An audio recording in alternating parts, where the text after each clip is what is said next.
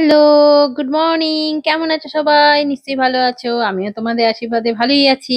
আজকে সকাল সকাল বেরিয়ে পড়েছি আমার নতুন সাথী, আমার স্কুটিকে নিয়ে, অনেক দিন বাদে ওকে নিয়ে। এবার আমি ওকে নিয়ে কোথায় যাই, কি কি করি তোমরা দেখতে থাকো। প্রথমেই আমি চলে গেলাম ফলের দোকানে, একটু আপেল লেবু কিনে নিলাম, আর এই আখগুলো আমাকে জোর করে গছিয়ে দিল। সেই ছোটবেলায় আখ চিবিয়ে চিবিয়ে খেয়েছি, কিন্তু বড় হয়ে তারপর থেকে আর খাইনি। জানি না খেতে পারবো কিনা। যাই হোক, তারপরেই চলে গেলাম সবজির দোকানে। তো একটু কম করেই সবজি নিয়ে নিলাম, বেশি আর এখন সবজি কিনি না। সেই আমার মেয়ে খেতে চায় না, শুকিয়ে যায়। যাই হোক, একটু সবজি কিনে নিলাম। তারপরেই চলে গেলাম আবার। হে বাবা, এই তো কথা বলাই হয়নি, এতে এবার লকারে রাখতে হবে, রসুনের যা দাম হয়েছে। এখন কম করে কিনেছি, কম করেই। তারপরে চলে গেলাম মাছের বাজারে, একটু চুনো মাছ, ওদিকে চিংড়ি মাছ, পার্শে মাছ, ভোলা মাছ, আর একটু আমুদি মাছ নিয়ে নিলাম। তারপরে চলে গেলাম মুদির দোকানে, আলু পেঁয়াজ আর একটু যা যা জিনিস শেষ হয়েছিল সেগুলোও নিয়ে নিলাম। আর সঙ্গে নিয়ে নিলাম আমার ছোটবেলাকার প্রিয়, এটা তোমরা কে কে খাও বলো, আনার দানা। আমার তো খুব ভালো লাগে, আমি এখনো খাই, আমার বাড়িতে থাকে।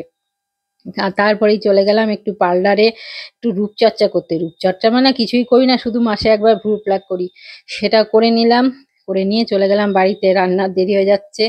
পেঁয়াজ কলি আলু এই শুকনো শুকনো করে ভাজা মতন করে নিলাম। তারপরে এই পটল পোস্ত আর এ দিয়ে, আর এদিকে মাছ, দু রকম মাছ একসাথে, আর সময় নেই, দু রকম মাছ একসাথেই ঝাল করে নিলাম। আর একটু ওদিকে আলু পেঁয়াজ ভাজা করে নিয়েছি ভরের জন্য।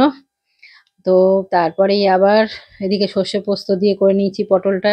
ঝোল ঝোল করেছি বলে একটু শুকনো করেছি, আর দুদিনে রান্না করে রেখে দিলাম বন্ধুরা, কালকে কাজ আছে, রান্না করতে পারবো না, বেরোতে হবে বাইরে, কাজ আছে প্রচুর।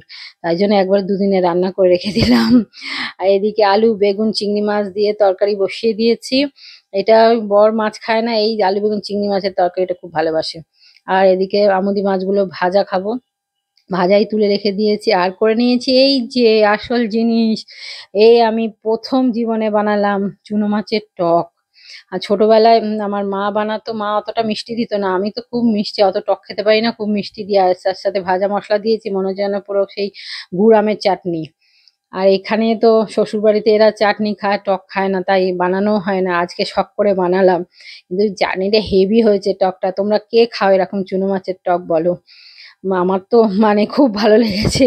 বর তো কেউ খাবে না, ওই মেয়েরও ভালো লেগেছে, আমিও খাচ্ছি। কেমন লাগে বলো?